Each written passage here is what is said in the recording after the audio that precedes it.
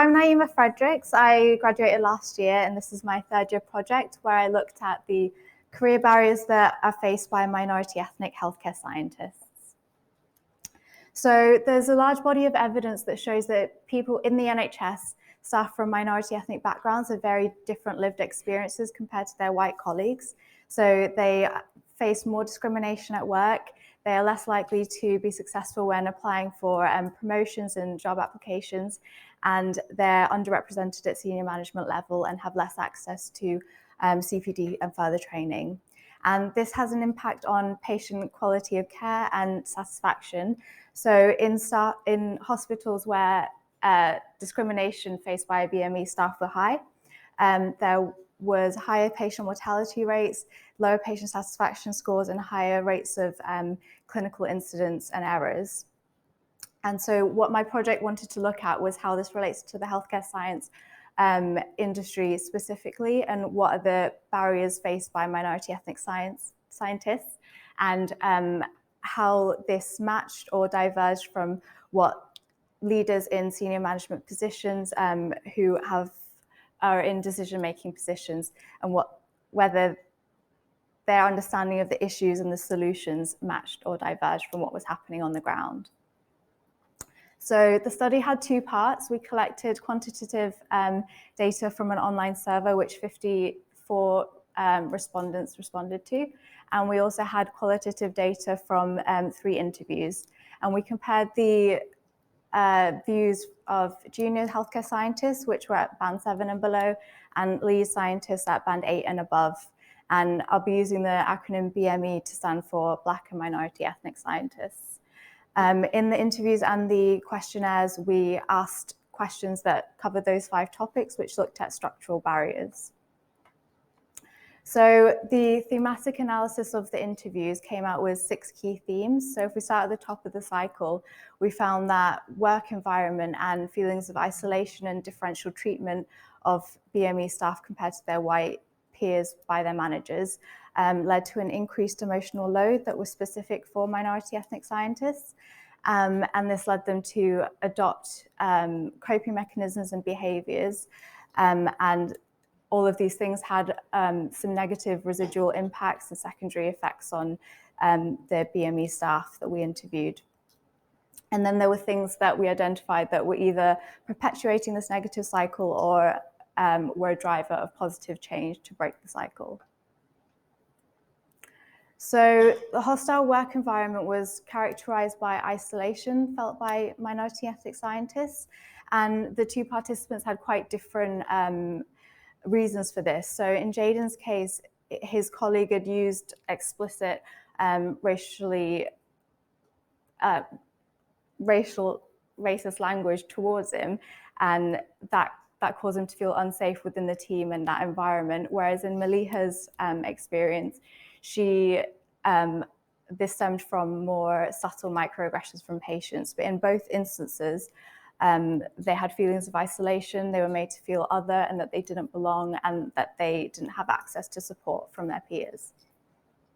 They also described being treated differently by their managers, and they felt that there was a hierarchy in place where the training needs and the work of their white colleagues were prioritized above their own. So this led to increased emotional load that was quite specific to the minority ethnic experience. So on the left, Maliha talks about how, because she wears a scarf in public, she feels that she knows that her actions will be taken to reflect on maybe the whole Muslim community. And so she made more of an effort to always be extra nice and amicable 100% of the time, so that she can try and counteract a lot of the negative Islamophobic stereotypes that exist. And when people did face racial discrimination, they were sort of left with 2 choices.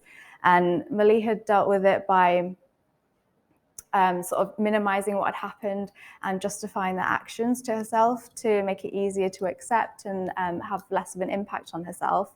Whereas Jaden chose to speak up, but he was met with a lot of stigma and faced further alienation, because when he reported the issue, his manager, his colleagues, and the people that were undertaking the formal investigation made him feel that he was the troublemaker for bringing this issue up, rather than that it shouldn't have happened in the first place.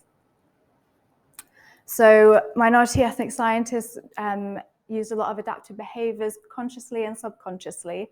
So Maliha gives a couple of examples where she changed her speech, her reactions, even her outwards appearance to make her religious choices, such as wearing the hijab and fasting during Ramadan, more palatable to the people that she worked with. And all these experiences have really long-term impacts that extend beyond the initial instance.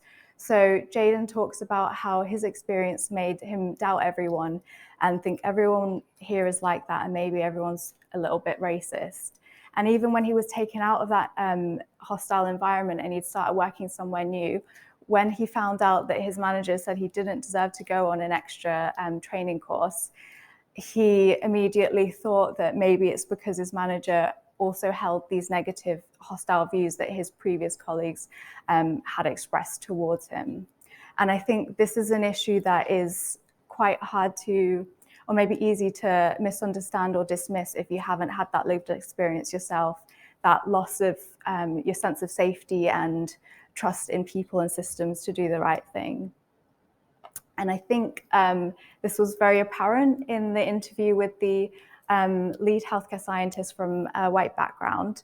So there was this duality where she did acknowledge that racial inequalities do exist, but she also really believed that things didn't need to change and that the current systems and processes that are in place are fair and that there isn't that much need for structural change.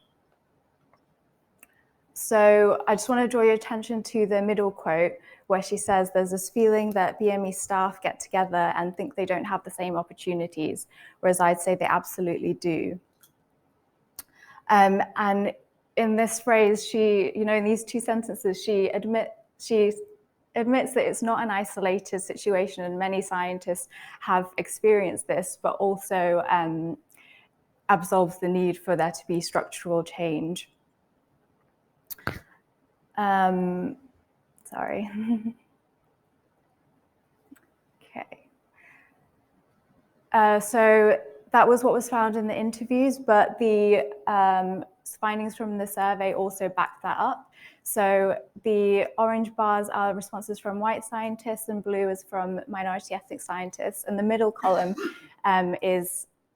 shows that in the majority of cases, most white scientists think that everything is fair and BME scientists and white scientists are treated equally, whereas the majority of minority ethnic scientists feel that they are disadvantaged.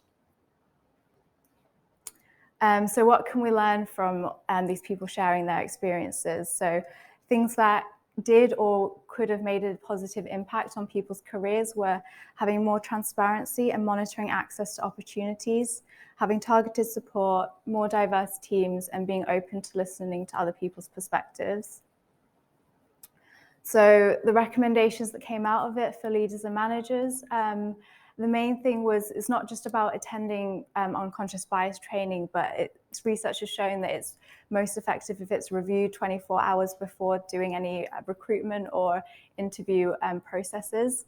And then also supporting your BME colleagues before they get to that interview stage. So making sure that they've got equal opportunities at work to showcase their skills and take on more responsibilities, because that's going to be the difference, and that's what you have to evidence when you go into those interview situations, that you can get those higher band roles.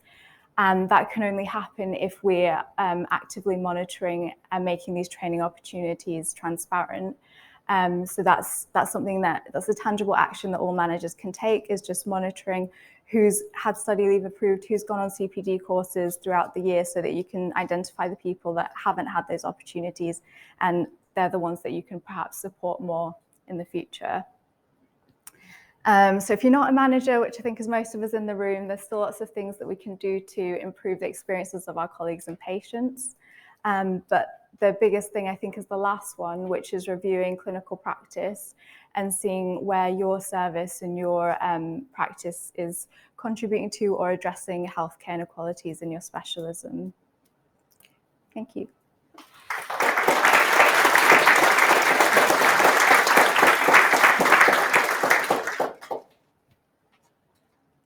questions for Naima?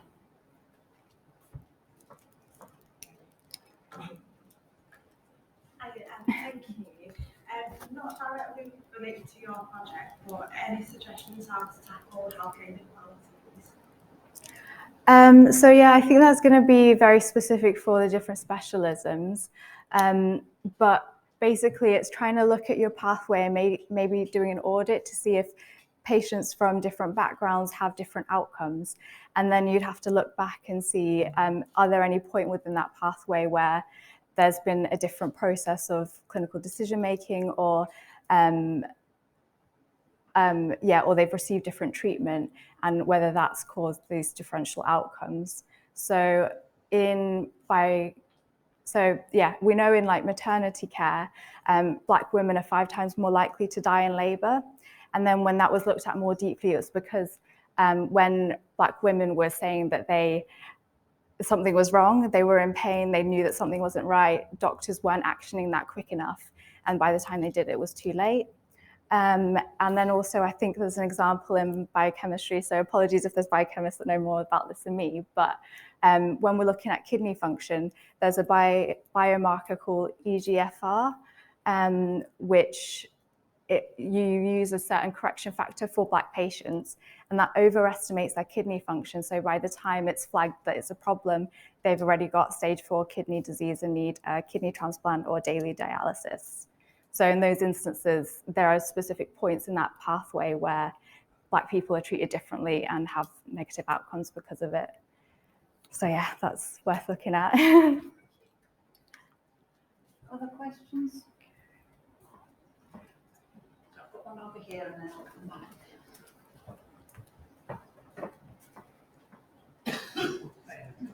It's not so much a question, more of an observation. If you could interview more healthcare scientists nationwide throughout the UK, it'd be interesting to see if there's regional differences in what you found throughout the UK. Yeah. Something could be done about it. Definitely. I think just from the few people that we did contact, people that were in more regionally isolated hospitals had a really different experience from the ones that are in more diverse city centres, and they found that throughout their careers. So these feelings of isolation and the lack of support are definitely, there are differences based on where you're placed in the country and your specific department.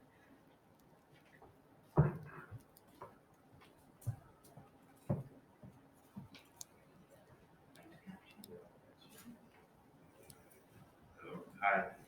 I have a quick question. What has your experience been? First of all, my name is Anthony. I'm a cardiac scientist and the founder of the STP Buddies Network. I've seen over the last couple of years your efforts on the main network with you and your other STP colleagues. What's your experience been personally on the STP? And now, being a graduate, have you seen any changes in your personal treatment? So I think in the last couple of years, there's been a positive improvement.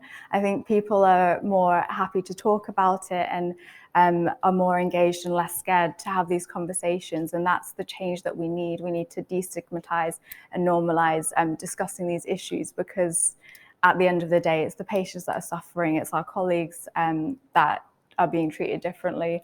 And in those examples I gave, people are dying because we're not taking these things seriously, and in the past, we haven't either dedicated the time to it and had those resources available. But the thing is that it doesn't have to be this way, and there's so many people that are trying to speak up and doing good work to try and create these structural changes that will hopefully make things more equal and fair for everyone. Because I think a lot of the suggestions that came out of the project, they're not just going to benefit people from minority ethnic backgrounds, but people from all different protected characteristics, and just generally have a fairer process and treatment within the NHS.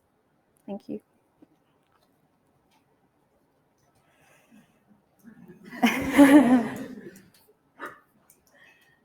I have one final question, Sure. Potentially comment. On your final slide, you said out of those 6, you thought the most important was probably review clinical practice.